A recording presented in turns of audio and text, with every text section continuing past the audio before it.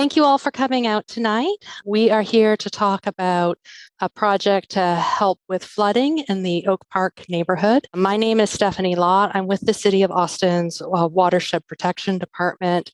I'm with their Communications and Engagement Office. So before we delve into the meeting, I did want to take a moment to introduce our department, the Watershed Protection Department, particularly for those of you who haven't been to one of our meetings before. Watershed Protection is a department of the City of Austin. We are charged with helping with flooding, erosion, and water pollution issues across the city. So that would be both like a public safety and also an environmental mission. I like to say that we are protecting people from water and water from people to cover both of those things. Watershed Protection is funded principally through your utility bill. You're paying something called a drainage charge, and that's where we get most of our funding. And I also want to do a shout out to our Rain to River program. Rain to River is our strategic plan for the next 10 years. We are actively working on it right now and trying to get community input. And it's not the subject of the meeting today, but I did want to let you all know that this is going on because you are, in an area that is prone to flooding. And so we are trying to get feedback now on, what the community would like us to be working on, what sort of projects they want us to do, how we should prioritize things. We're trying to get all that input right now. And so if that's something that you are interested in, I would encourage you to participate in our survey at rain2riveratx.com. And with that, I think I'm getting to our agenda for tonight. So in a moment, I'm going to introduce a couple more people here tonight. Then we're going to do the presentation. It's not a terribly long presentation. We're going to talk a little bit about what the Oak Park project is, what it consists of, what's going on with it right now, its current status, and the next steps and the timeline. And after that, we're going to get to questions. And when we get there, I'll go over how you ask questions in Zoom. We are going to ask you, if you can, to please hold your questions to the end. And then I think we're moving to introductions. So myself, Stephanie Lott with Watershed Protection. I also want to introduce Dario Octaviano. He's with the Public Works Department, and he is our project manager for this. We also have Rupali Sabnis. And for those of you who have been following this project along, you may recognize Rupali because she's been working on this project for years now and is very familiar with it. She is now the supervising engineer, so she is still watching over the project, but Annabell is taking over those day-to-day functions. And so last but not least is Annabell del Castillo. She's an engineer with Watershed Protection, and she's, working on this project on a day-to-day basis, making sure that it's accomplishing its goals and is moving along. And so with that, I'd like to hand the presentation over to Annabell. Thanks, Stephanie. As she said, we are going to start with a project overview just to remind everybody that was here beforehand about the project and where we're at, and then catch everybody up that might be new to the area or new to the project. I've got a bunch of maps to show you guys tonight, and so they're all set up pretty similarly to this one right here. So it's kind of our guide map. Where we are is over where the red star is in the Oak Park neighborhood, which is just north of 290, east of William Cannon. So 290 is always going to be down here on the bottom of the map. William Cannon is always going to be on your left-hand side. It might not be on the page per se, but it's always over that direction. I'm going to go ahead and zoom in to the project area a little bit. Part of when we start projects, we look at the flood risk that is happening in the neighborhood. That flood risk and the structures that are at risk of flooding is how we determine that. Those structures are determined from things like residential reporting of flooding or post-storm events, going out and looking at everything, to even some hydraulic modeling that might have happened in an area. So that's the intent of those flooded structures and understanding, or the risk of flooded structures and understanding where that's coming from. So part of that analysis and the evaluation that we do at the beginning of every project is understanding where that water might be coming from. So we're going to zoom out a little bit, and I'm going to add a background map just so that way you can see a little bit of a picture of the aerial. The Oak Park area is still right here in the center. The purple boundary that you see around there, that is our drainage area. That's the area that goes to a certain point along the creek. Everything in that area drains to around this point. And so understanding that drainage boundary, and we can start to evaluate the patterns that are going through there. So this area, a lot of the water flows from the northwest corner. So that top left corner, and there's overland flow. That means there's not really a storm drain. There's not really a defined channel. It's just water sheeting across a hill and down, as you can see, going through the neighborhood. And that's what's causing a lot of that flooding. The water then goes into a channel over by the Harper Park neighborhood. This channel pulls the water over and pulls it down to Gaines tributary, which is down here at the bottom. So water then goes down into the Gaines tributary of Barton Creek. That all of that drains over to Barton Creek at some point downstream. The other part of this neighborhood that's a little unique that causes some flooding is over here on this side, there is Williamson Creek. And those, because of the topology in the area, there's a area right through here where you see a little bit of gap in blue. The blue's a little hard to see. Sorry about that. A little gap in the floodplain, and water actually goes through and spills from Williamson Creek to Gaines tributary, which does contribute to some of the flooding that's going on. And so that's part of the improvements that we're making also. So once we know how it's flooding and why it's flooding, then we start looking at different potential solutions, ways to reroute the water away from homes. We've gone through several iterations of that, and we have landed on one design, which we are currently working on right now. It's a design of a combination of new storm drains and culverts, some new and improved channels, and then we'll leave the existing channel and storm drains in there as well. So basically the north half of the neighborhood filters down to about the middle point. There'll be a channel going across there. That's where those empty lots are. If you drive through the neighborhood and there's like some weird empty lots, those are the lots where we'll be putting the channel through, and they'll still continue to that Harper's Park channel and then down to Barton Creek, or Gaines tributary to Barton Creek. The other half of the neighborhood comes down to the same basic concept, and we'll go straight down to Gaines tributary, and we'll be doing some improvements to the channel through there as well. So that's a quick summary of the project. I'm very high level summary, but that is where we're at right now. So our current status, for those that might have been around for a little bit, we are separating the Oak Park and Oak Acres projects. At one point they were combined. You were asked when you signed up for the meeting if you wanted to be informed about which project or both or whatnot. So that those that don't know, Oak Acres is over here. They are separated out now. They are two separate projects. They are being built separately, whole 9 yards, but they are closely coordinated. So the Oak Acres project is being done in coordination with the Oak Park project. So that's a process that's a little different for those that had the history in the neighborhood. The other thing that we've done since our last big update is we have acquired some properties. Like I said, there's some blank empty lots over in the neighborhood up in here and down over here. We've acquired those properties in preparation for getting them ready for a channel to go through there. So yeah, those are going to be there, and we'll be increasing the culverts through that channel as well. One other update that's been pretty large for us on the design side is adjusting our design to account for Atlas 14 or updated rainfall data. We've gone through and understood our flood risk a little bit better. And so those average intensities have gotten more frequent. And so there's a higher risk of some higher frequency storms. And so we have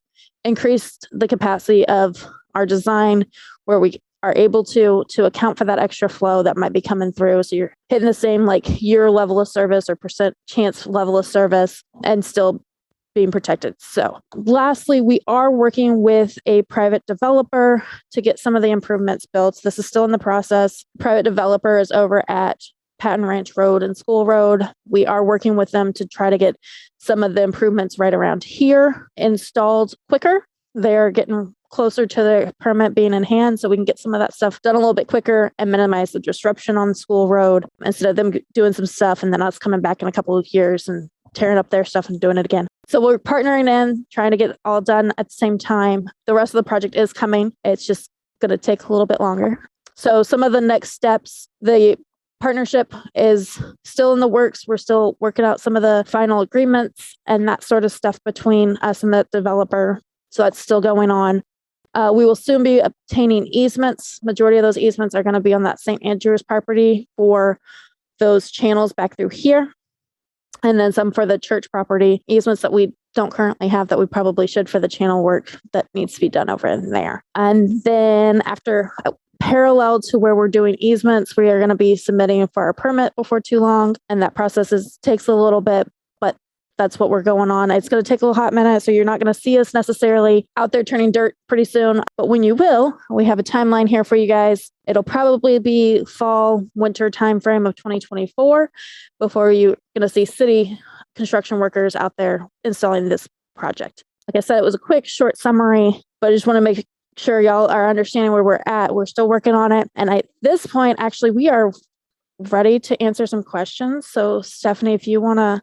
I already see a couple hands up, so I will go ahead and start with Ms. Sandy Cousy. I have several questions, but I'll go ahead and ask one and we can rotate around. In, I think it was April of 2021, we had a meeting that was attended by Mr. Scruggs. Is he online? Did I see that he came online? Is he here? Yes, he is here. Okay. Between him and Mr. Middleton and Polly Sadness.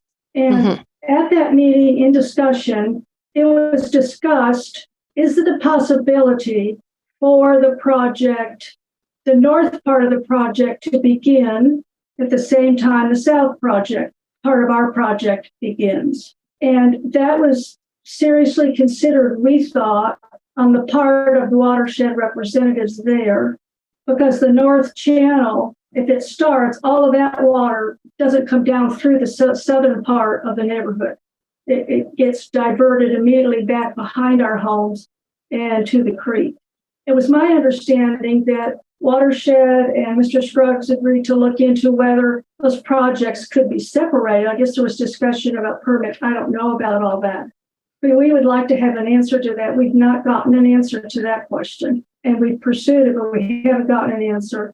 And the second question is, and you referred to it, at that same meeting, or a prior one we had with Mr. Scruggs and the developer, we were shown a draft of a page of an agreement that was supposedly attached to the rezoning, the item 59 on the May 6, 2021 council meeting. And I've checked that meeting and I don't see an agreement there.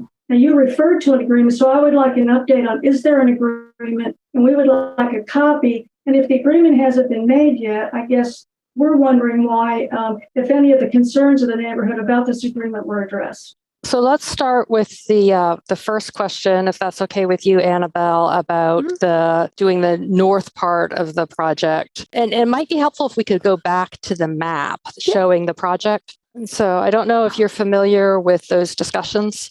I was not. That part of that those discussions happened before I came on. I don't know if Polly might want to step in. Yeah, sure. Hi, Sandy. So let's go to your first question about the North Channel. So I remember talking about, looking at possibility of getting a part of project constructed first. However, the way it turned out due to change in the rainfall data. So Annabell mentioned that there was a change in rainfall. So we had to go back and redesign everything. And due to that, the whole project is kind of moving along together. And we still need to get the permit and we are finalizing the design. So we are looking at implementing all of the project together because we need to start from the downstream and go upstream with our construction of our elements so that once the water is directed the way the upstream channels will direct it, we have the capacity for the downstream channel. The way we are looking at now is implementing entire project at once with the timeline that Annabell is mentioned in the presentation. Can I ask a follow-up to that? I appreciate that information, but it now gets punted to this agreement because there is concern on the neighborhood's part that the developer will develop the project at Patton School and School Road before our project gets underway. Is that the same development agreement that you mentioned before? If you're talking to me, maybe Yes. someone else mentioned a project agreement, one of yours. Okay. I think Annabell did. Annabell, yes, okay. So I don't know if it's the same or not because the neighborhood has just not been, Councilmember Ellis didn't involve us in these discussions. And So I can let Annabell talk about where the agreement stands, but what I can tell you, the private developer where we are partnering with, their development is located at the corner of Patton Ranch and School Road, and the flow from that development will be in the southern channel and not the northern portion. The channel, Annabell, if you could hover over the channel so this with one. mouse, that one. So where the star is, that's where the development is, and the flow from that development will be going to the swale that Annabell just showed. Annabell, do you want to talk about the agreement? And Annabell can talk about where the agreement is now, Sandy. But we never had any agreement with the private developer. We were just discussing to be able to construct part of it, so we don't go to the same area and disturb it again. But we never had any agreement with them earlier. And when you say we, Rupali, does we mean Watershed or Watershed. we mean the council member? Okay, I understand. An agreement we saw was with the council member. Okay, yeah. Yeah, the agreement I was talking about during the presentation is only for them to build and us to share costs a little bit for part of these improvements on the southern end. It's purely this, they're putting it in their plans. We're making an agreement to help contribute to it, cover the difference between, because they didn't have to put in as big of a pipe. And so we're increasing the pipe sizes by quite a bit. And so it's to help coordinate that effort and the funding to make sure that that gets built like we want it to align with the project's needs. And I'd just like to throw in there that because we are working on this agreement with the developer, this development will significantly help with flooding because they are going to be constructing, part of this project as well as doing their own mitigation measures. Thanks, I Stephanie. agree if their project doesn't start before our project is completed. Yes. Yes. And I think that's what we would like assurances of, because that's what we saw in the agreement. And that project would not start before the city began our project. So their project will actually start beforehand because they're getting close to the end of their permitting. So that's part of the partnership, was that part of it can be built before or quicker. That doesn't mean our project's not going to go forward. It just, they're taking a piece of it, adding it to their plan. So it's getting done a little bit quicker than I understand. the city one. But they won't cover any more impervious cover. They'll just work on these enhancements that they're offering. I am not sure about any of that piece of it. You and I had talked, I believe, a couple weeks ago. I wasn't able to find anything on my end either about anything like restrictions to the impervious cover being built. So I don't know where that stands. And I do want to move on to the next hand. I see Ed Sands. Thank you for including me and tagging me on my raise of hands.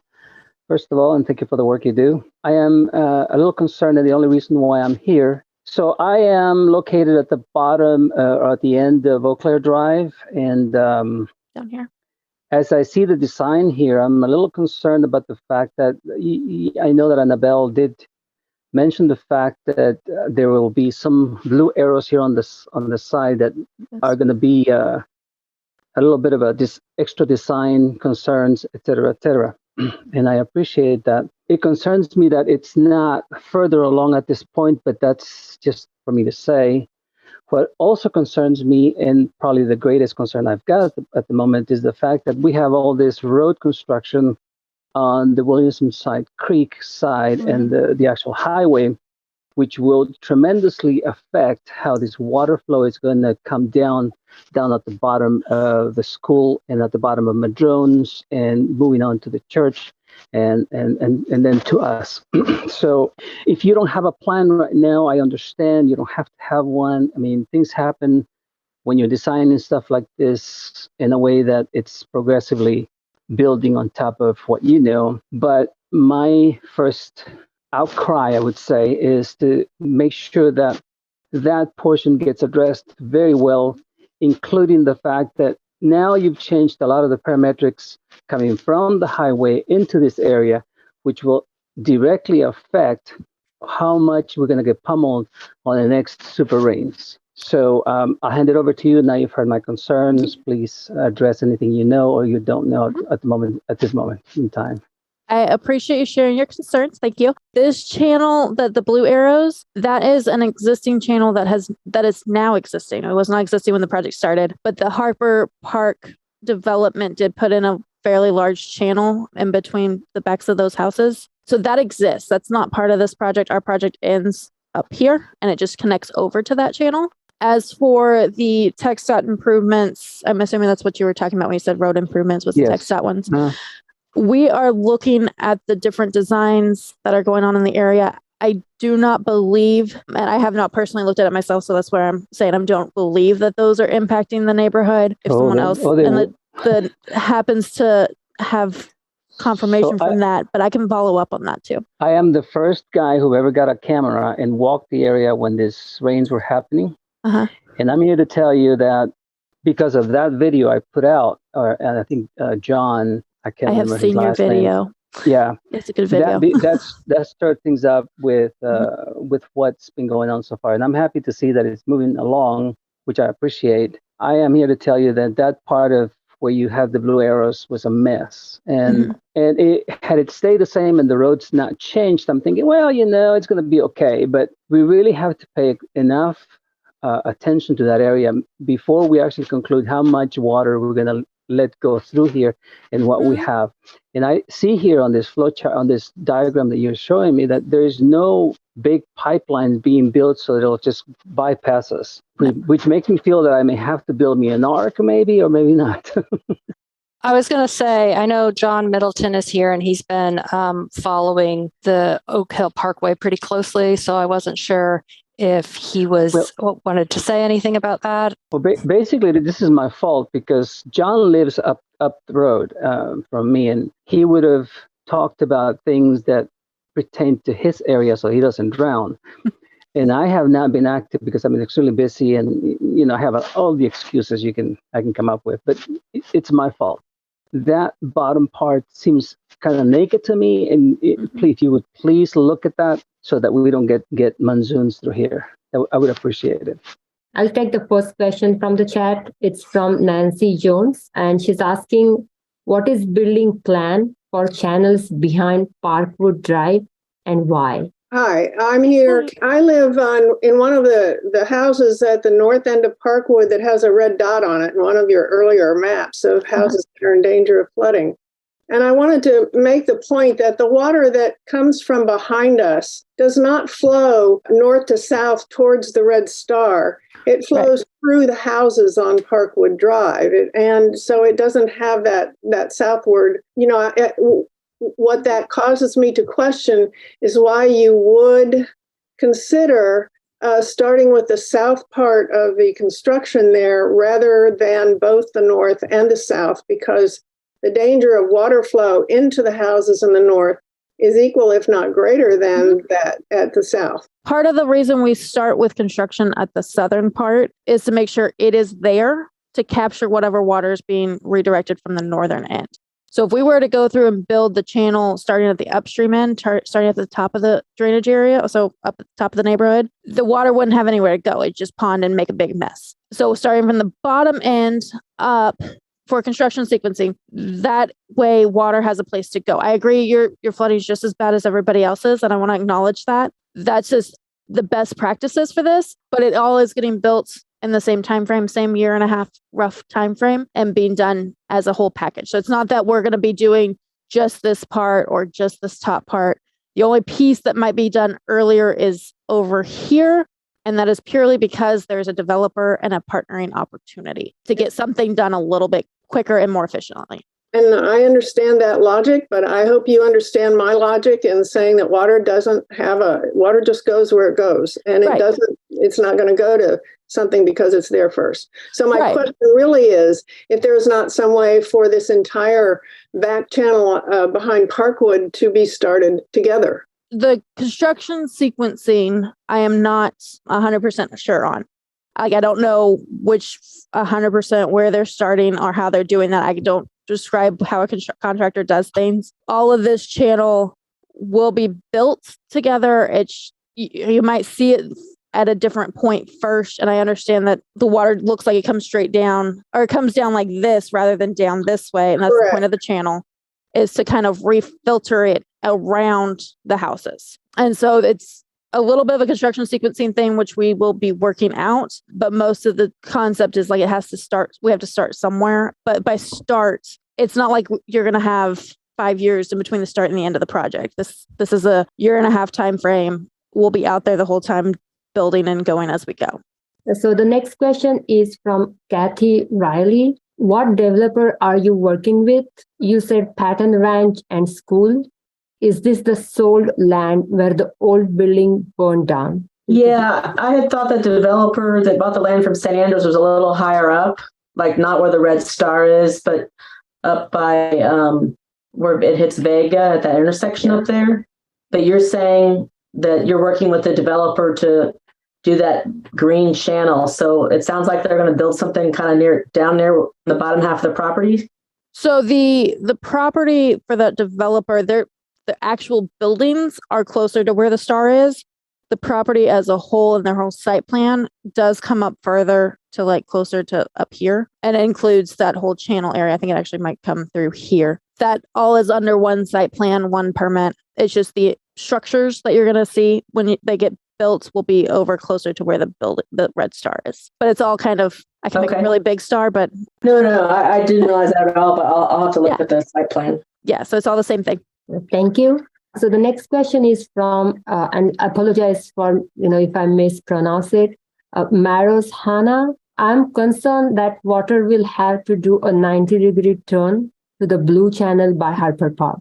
Down by Harper's Park over here, there are some culverts that are built in. I didn't put them on the map. I apologize for that. There are some culverts to help direct the flow into the channel. And so it's not having to make that 90-degree turn. Otherwise, we'd probably be flooding the Harper's Park people, which we don't want to do. It will help turn that water to make that bend. Mr. Sands, do you want to go ahead and ask your question?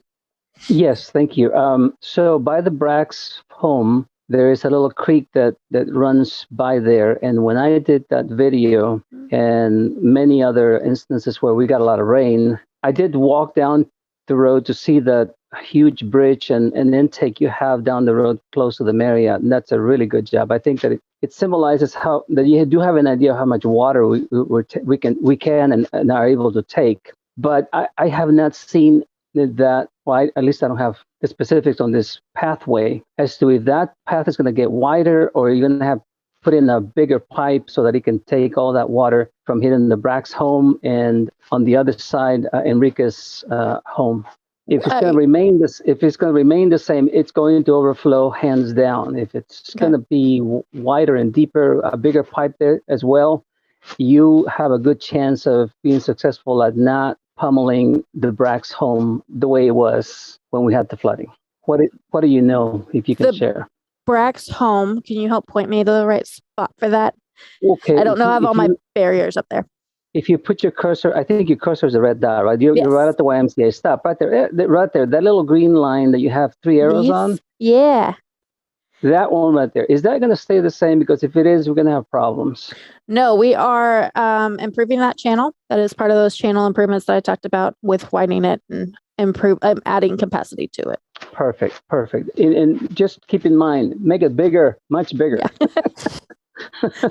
I don't have a metrics, but bigger, much bigger. Understood. Well, I appreciate it. Yeah. Thank you. So Angela Hunter, her comment is, those weird empty lots are mostly houses that were demolished for the project. The project was set to start in fall 2022.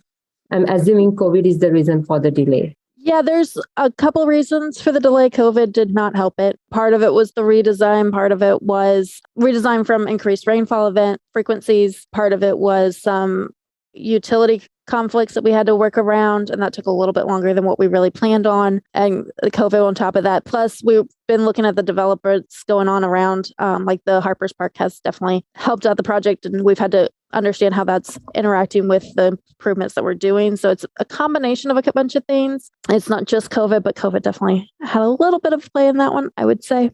Yes, I think Miss Jones had her hand up. It was. Okay. Thank you. This won't take long, but I'm wondering if you have any thoughts about the extent to which the actual construction of the apartments in the Red Star area will contribute to water flow into any of the nearby areas? It should not. It has not been designed. We've checked the designs of those improvements, that they are building a fairly large detention pond about here and connecting into that pipe system that we're partnering for them to build with. They should not be increasing, based on the plans, that it would not increase the flow through the neighborhood. So our code requires that any new development within City of Austin, including our projects, that they do not increase the flow or cause more adverse impact downstream due to their development. So they are required by the code to just get the permit that they cannot discharge or let out more water than what right now is getting from that piece of land. So it has to be either equal or less than what it is in the existing condition. Yeah, there are two questions in the chat. So the first question is from Kathy Riley. Can you describe at a high level what the plan is for storm drains? So roughly on the storm drains, I'm going to talk about what we call the trunk line, which is that main pipe going down the center of the road. There's inlets that feed into that pipe. And so I can talk about those too. But the trunk lines, this one over here is going to be a 24-inch pipe, so 2 feet wide or diameter circular pipe. And there'll be about 4 inlets on that one is what we're currently looking at. Over this area, it's a 24-inch to a 30-inch, so somewhere between the two, a little bit bigger than a 2-foot pipe, with closer to 8 inlets. Down this way will be a box pipe towards the bottom end. The top end is about 24. Down towards the bottom, it'll be a 4-foot by 2-foot box. And School Road is an oversized box to add some extra storage in there, that to reduce the amount of flows going out of the pipe through that part, and that'll be roughly 6x4.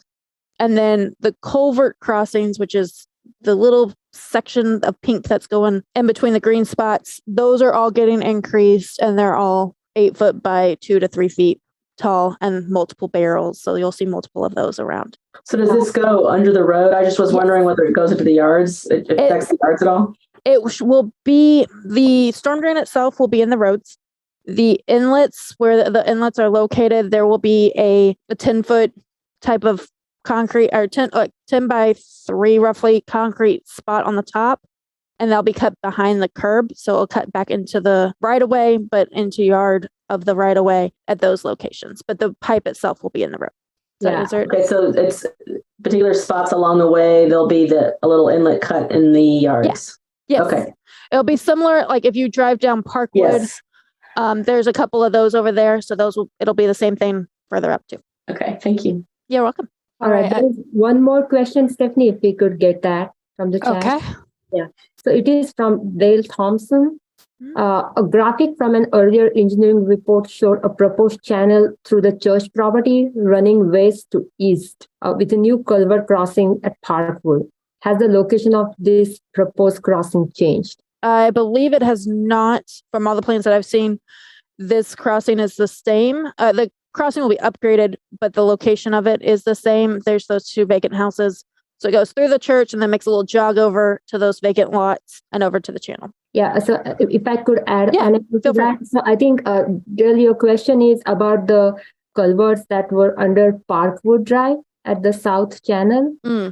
And actually we over here, we looked at the design, exactly that spot, and there is a very less room. As you know, the street is kind of like flat there, and there is a very shallow wastewater line that is going under there. So we had a really hard time fitting anything in that location.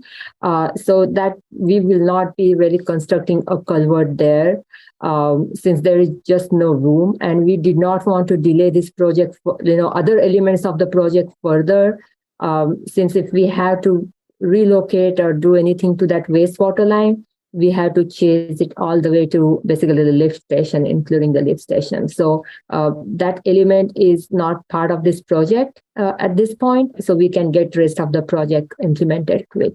I'm going to jump to Amanda Brack next, because I don't think she has asked a question yet.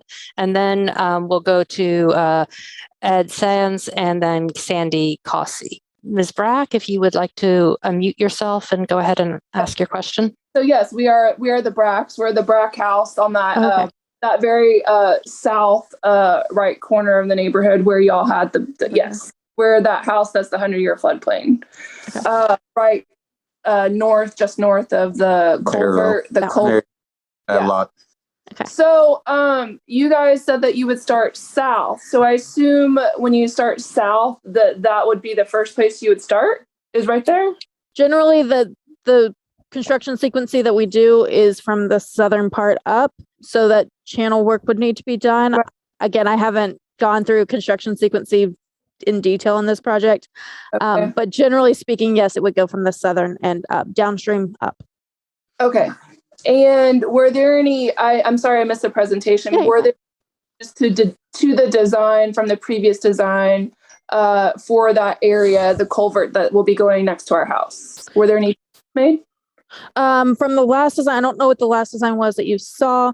We have had to do some increases throughout the design process to increase the capacity of everything to account for Atlas 14. So that those culverts on Oak Claire down at the bottom, there'll be like 7 box culverts through there, and the channel will be widened out to be pretty wide. I believe that channel has a bottom of like 50 feet. So it'll be a pretty big area. Now, I guess I have concerns about that as far as, well, so now it's going to be about 50, you said 50 feet wide? Or 50? I believe that's the right spot. Yeah. I posted notes earlier, so yeah. Okay. And that is that all going to be concrete bottom? No. Or because I remember John Middleton had said something about it, y'all trying to make the design as natural as possible. So it's not just a bunch of concrete. That's still the plan. Mostly is natural, with natural sides and that kind of stuff. There is some locations that we might have to put rock just to slow down the energy that's builds up in the water. So it doesn't like tear out and erode away. But they will be more natural. We aren't planning on lining a bunch of concrete around anything. And how deep did you say that would be? I do not have a number on that right now. I didn't write that number down. But it'll be a deeper, wide channel. Yeah. If I may jump in. What would be the safety around that, considering it's right next to a home as well?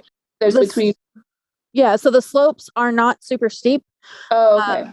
They're roughly like a 3-to-1 slope, so over 3 up 1 is roughly what it is. I think in that spot. So similar to the culverts that are over on Parkwood, behind Parkwood, because not Parkwood, sorry, the Harper Park ones. Similar to that. Those are deep. Or those are really deep. Those are really large. Never mind. He says not that deep. Oh, okay, but those are filled with rock, aren't they? That's different. Oh, okay, that's different. Never mind. Yeah. I'm just trying to imagine what it's going to look like because it's next to my house, and I know John Middleton had said at one point, because he's the one that I've talked to way back when we moved in this house 8 years ago. No, 8. I don't know. They had said something about filling in the dry creek bed next to our house. Do you know anything about that? I do not know much about that. I don't know. We have the creek. The only flow of water right now is the creek next to our house. Okay. So the existing creek, the dry creek bed. Yeah. And it's on our property line. Actually, our property line falls into the creek. Okay. So he had said that in the design process, they were talking about filling in the creek, the dry creek. So I guess I need to know about that. I can reach back. I can look into it a little bit more just so I can make sure I'm understanding. And we can, if you are wanting to talk more about it later, I don't want to take up too much time from everybody else. Okay. Maybe we can talk separately. So, Amanda, the channels will be located on the empty lot that is next to your house, including the existing channel that's there. I mean, it's not the existing channel won't be like filled per se, but the new channel is going to be centered around the entire space, which is the empty lot and the channel next to it, right? So in that sense, that channel will need to go up because that will become the side of the new channel, if that makes sense. So in that sense, it will be filled up, but we are not trying to take up the capacity. We are rather creating the more capacity in the channel. So the entire lot, empty lot that is next to your house, that entire lot, including the channel, is going to be the new channel. And because it will be centered around, the entire space, the flow line or the bottom of the channel will be shifted. So I guess in that sense it will be. Yeah, sorry. Go ahead. Yes, I understand that. I guess my question was, would you guys leave open the creek bed so that it would get some drainage flow, or are they going to fill it in? I haven't heard anyone mention anything about that again since we talked about it several years ago. Yeah. Annabell, if you can follow up with her and say, maybe like an actual cross section of the, channel, the way it looks there. But to answer your question, I think it will be filled in some way just because we need to get that slope down to the new channel. So there won't be like two channels side by side. It will be just one large channel. Because we have many trees along that creek area. So another concern is mine is, there's some very, very old trees that line that creek. So when you're filling in the channel, are you going to be chopping down all of the trees? So this is another thing that I'm like, would those be disturbed? Because the trees are off to the side, off of the lot. Like they're not on that empty lot. They go with the line of the creek. So those are some other things that I want to talk about. So it sounds like Annabell is going to look into more about that and get back with you. And we have your email address since you registered, so we should be able to get back in contact with you. Yes, Stephanie. So there is a question that Amanda about the trees. So I just kind of want to reiterate that we always try to save as many trees as possible with construction of our infrastructure. We really like it. Value the environment, we do. But again, the neighborhood exists and we are trying to fit this infrastructure, these channels into what is there.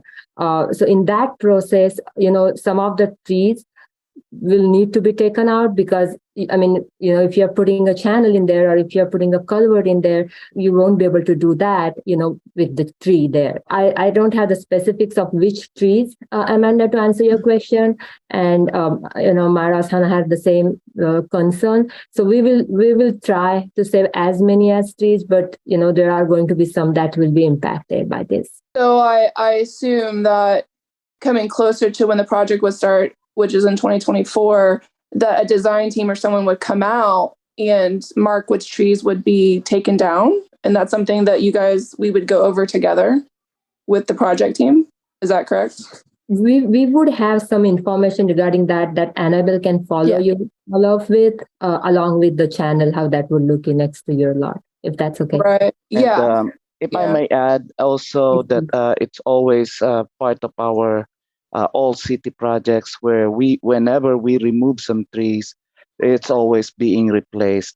There's like a remediation process for that so that we replace it caliper wise. So whatever we have to take out, just because we need to, it will be replaced in a way. So just to let you know. Well, they can't be really replaced because they're like 100-year-old trees. So they're not replaceable, but I understand what you're saying. You can replant. So my concern is the trees, which is kind of like our own. It's kind of like our only barrier, also between like us and the highway, having a view of the highway. So I just would like someone to contact me closer to like when all this would be planned out to notify us, since we're affected so much by this, what is going to be going on in and around our property and on our property line. And that's something we can talk about. I'll reach out with you. We do have a tree plan as of right now, so I can talk to you about what we're looking at.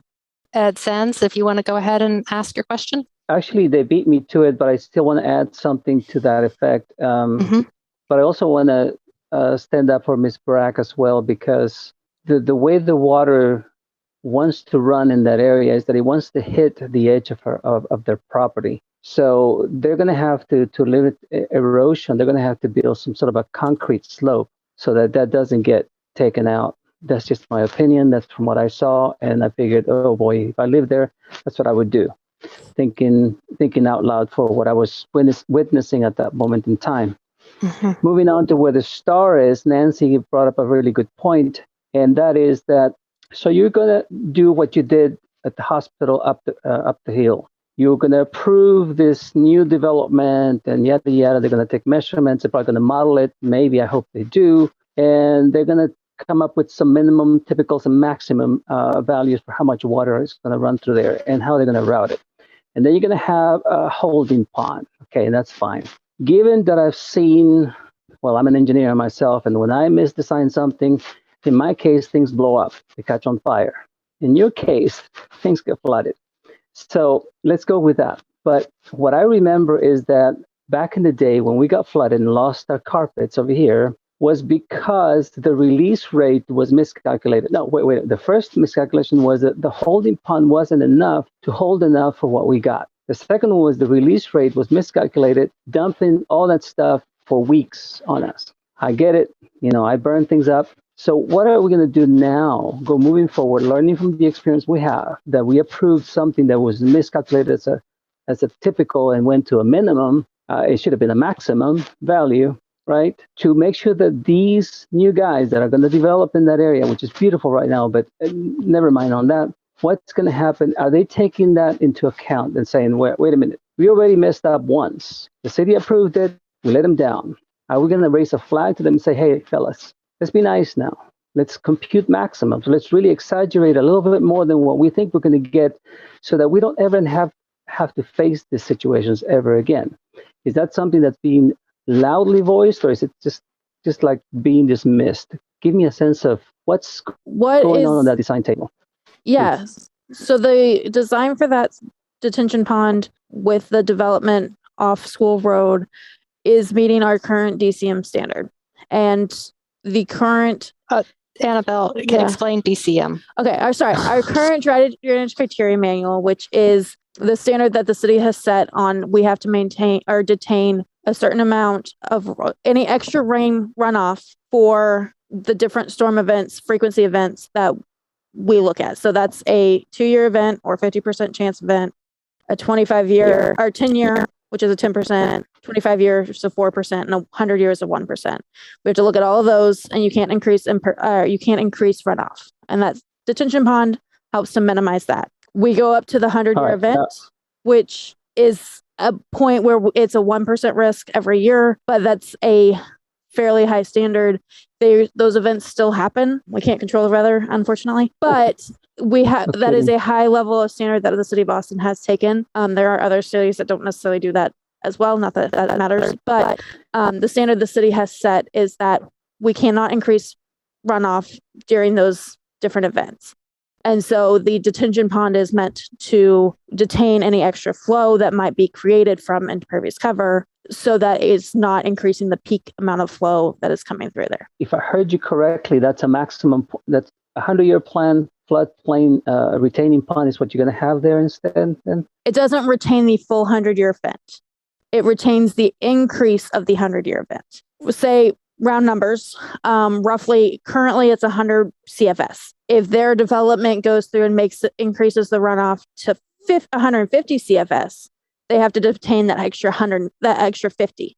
So they can only allow what is currently coming off their site to come off their site. So it detains the increase. Does that make sense? I'm sorry, that's cubic feet per what? Per second? Cubic feet per second. No, I'm just trying to see the round numbers. Per second. Got it. Thank you. So it was increased. Yes. Now the release. Now you have a holding pond or a retaining pond. Is the release being changed now to what it was? What it was used at the hospital back in the day? The hospital, I am not sure about that particular site. I don't know the details of that one. I know what is going on at the property closer to School Road. That one would be that 100 level. So what comes off of it today, since they haven't built anything, is pretend numbers, 100 CFS, 100 cubic feet per second. Mm-hmm. If their development goes in and there's no drainage changes, it would be 150. So their pond has gone through and changed it to where it still just maintains that 100. So they're taking away the extra that they would be adding. They can't add anything else. They have to take it away or take away extra. So they can't put out more than 100 for their site. Again, approximate numbers. That's not their actual numbers. I don't have their numbers on the top of my head, but that's give or take. I got it. Just a example number. But what I'm hearing is you guys are really thinking about release rates and increasing how much water you're going to hold so that you don't release it too soon to us. I really appreciate that. Right. Yeah, thank you. That's part of that development process that we need. And I understand that I'm not sure the situation at the medical facility, but that is the process that we follow. And I have personally gone through and looked at the plans for this one. They match our design flows. So I'm confident. I don't know. There's been some changes there because I went and walked it, and I'm not sure. It looked like they increased the holding tank by a little bit, but they actually changed the way they released the water so that they wouldn't release it too strongly through here. That helped, and I don't see how this new development is going to capture all that water and then hold it in that holding tank and then release it through this area. So I guess I can see it now, but since they don't have to capture. They don't have to hold all of it back. All they have to hold back is what they're increasing. Okay, got it. Yeah. In the green area, the green arrows there is what's capturing everything and dumping it out. Right. So all of appropriate routes. Got it. All of this is getting captured through those green arrows. What is coming out into this little pink spot would be the exact same number, whether or not that development went in. And that pink spot is going to be you're going to drill through the street and put this big old pipe across it, or how's? Yes, sir. That will be open cut. I believe it's open cut. I don't know means and methods, but there will be a fairly large box pipe through there. Yes, sir. And when is that happening, give or take? I am not 100% sure. That development is, I believe, within a week or two of getting their permit, and so shortly thereafter, it should go on. So I don't know their timeline. Yeah, we're going to see that soon. Got it. Yeah. Okay. Yeah, Annabell, we can get Ed Sanders in touch with DSD, to know more where the permitting stands for that development and the timeline. So Annabell can share a contact who might be able to provide more information about their, development timing.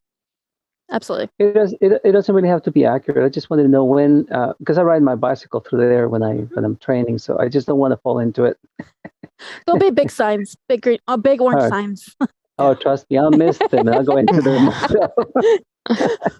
All right. Well, thank you very much. I appreciate your help. Appreciate it. Thank you. I just want to confirm from what I just heard, your response to Edgar, the only thing the developer has to do before he builds his project and covers the land at Patton School Road is to dig the channel on that lower part of Parkwood, right? That green arrow? Mm-hmm. Not the upper part, the lower part. The lower half, yes. And then the pipe under the road, and that's it. So, and I'm asking that because the neighbors that are on this chat will ask me when they start seeing construction going on that piece, that corner. Mm-hmm. Because they flood, they're going to ask. So we can count on at least that piece, that green arrow piece and the pink piece being done, and the detention pond, before they can put anything over here on the red star. I believe that is correct. Okay. Then my second question is, because I'm sick sometimes, I see this, I see the brown, I know what the brown is coming down there, and all that water's going through that brown. And so I heard you just say sort of like, and then when it gets there, it just sort of goes, where does it go? So does it flood the church? Where does it go? Now how does it get into the big green channel down here? It just seems like there's a disconnect. Annabell, can you help me? Yes, ma'am. I'm just kind of sick about that kind of stuff. Yeah. So there is a detention pond over at this point. And so this water does empty into that detention pond, which I did not think to show. And I apologize for that. And then that detention pond drains over to the channel. So it's a really fairly large long detention pond. And so all of that goes into there and then down for the channel. Okay. Thank you. Absolutely. I've actually walked that area, and those intakes per that Parkwood Street have big ducts going under it to that retention pond you just mentioned, and that collects there, and it has 3 pipes or 4 pipes dumping into the bottom green right there. Thank you. Yeah. And so that's how that gets distributed as per my witnessing. So I just wanted to add that, and thank you for letting me cut in. Thank you. Yeah. So the first question, Annabell, is from Adam Brown. Will the improvements in the upland areas, including the proposed channels, be designed to improve water quality runoff standards now that it will be parking lots and other hardscapes? This project is not including formal water quality improvements. The channels do add some level of water quality, but they are not necessarily designed for it. The developer, on the other hand, over at School Road, part of the requirements from the city for development does include water quality. And so that area will definitely be treated formally, like with a formal system that has been designed. If I can add, Annabelle. Yeah, absolutely. Also, our project is not planning to add any more impervious cover like parking lots or any of hardscapes as a part of our project. Sorry, so I'll move to the next question in the chat. Yes. It is from Myros Hannah. Would it be possible to share with us by email or web link the actual design drawings or plans so we can get an idea of the layout, dimensions, etc.? Is that for the development or is that for our project? For the project. Project, yeah. Okay. I can definitely look into that. I just want to preference with saying we aren't final design just yet. There's still a few tweaks here and there. Let me talk with the team a little bit just to make sure I don't release things too soon and give wrong information. Usually we make it available later on, I think, when it's permitted, but because even through permitting, there's things that can change. That's part of that review process where they go in and make comments and we adjust. So what we have now isn't necessarily final. I'm just wondering if you have any specific designs in mind for the new and improved channels that are going in behind residences on Parkwood. So back here? Yeah, yes. Yeah. So those channels, again, rough ideas for right now. I don't have depths. That wasn't on our cross section. It's basically we have a bottom width. It's trapezoidal channel, roughly. And so the bottom width, and then it'll have a side slope going up. So those will roughly be have a bottom width of around 20 feet. And then side slopes will be a little between 8-1 to 3-1. So there'll be a little bit lower slopes. That's to help get the water in. So I don't have a depth on it. Sorry for that. But they'll be fairly wide, fairly decent sized channels. And do you expect them to be all natural? Do you expect them to be swales? Do you expect them to be concrete?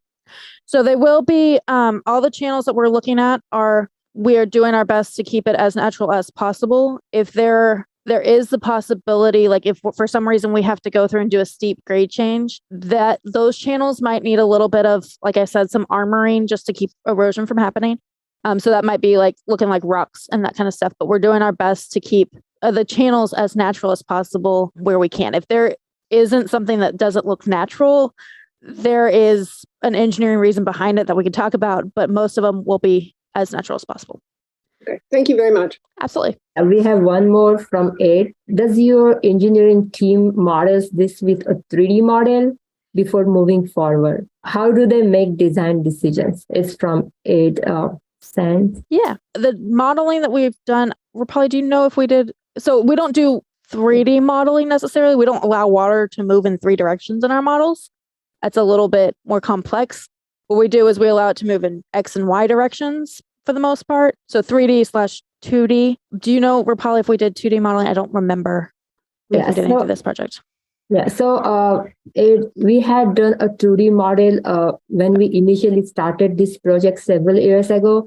Sorry, I don't have the exact year on top of my head to see how the water is flowing through the neighborhood, as well as to evaluate the flow that Williamson Creek is discharging into Gaines Tributary.